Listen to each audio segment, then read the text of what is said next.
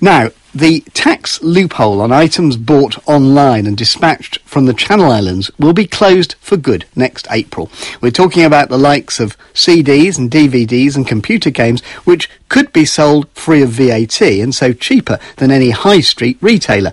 The debate has raged for years about how that's good for consumers but bad for mainland shops. But now it's come down to government revenue, with the Treasury estimating the current system is losing £140 million a year. Well, our business reporter Pauline McCall has got the details on this. So why is this loophole there at all, Pauline? Well, it was first set up effectively in 1983. Technically, it's called the Low Value Consignment Relief, LVCR for short. And it was created in order to effectively help the Channel Islands flour industry compete, because obviously that was quite an important revenue generator for the Channel Islands and a very specific industry for that area. And it was the threshold was set at about £5 then, and at those days people were ordering things mail order or by the telephone, but of course the onset of the internet and online shopping changed all of that, and with the adjustments for inflation by this time last year, the threshold under which things could be sold VAT free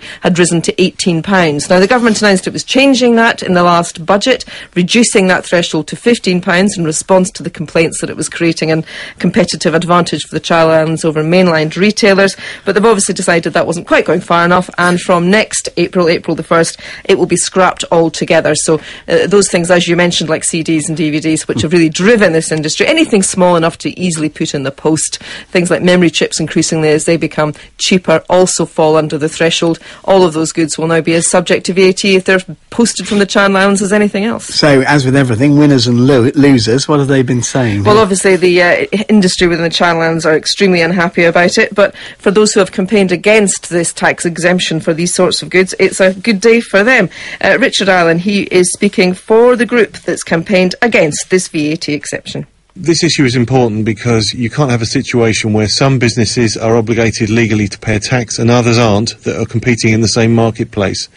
When we first approached the Treasury in 2006, we actually said to them, you either have to remove VAT from all low-value goods in the UK, or you have to stop this arrangement, because you cannot have a situation where some people pay VAT and some people don't, because clearly that creates a situation where there is a distortion in the market and unfair competition, and in particular, small businesses can't compete, because this has now reached a point where only businesses with the money can afford to buy their way into this tax avoidance arrangement.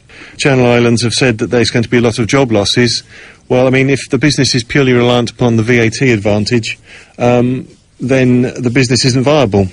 Now, this is a business, Peter, that has grown in the Channel Islands quite exponentially in recent years with the onset of increased amounts of online shopping. And as big retailers, like, for instance, Tesco, has relocated big distribution centres there to the point that there's now some 1,700 people across the Channel Islands in this industry, and inevitably their jobs are at serious risk because it's not the most obvious place to locate a distribution and sales centre.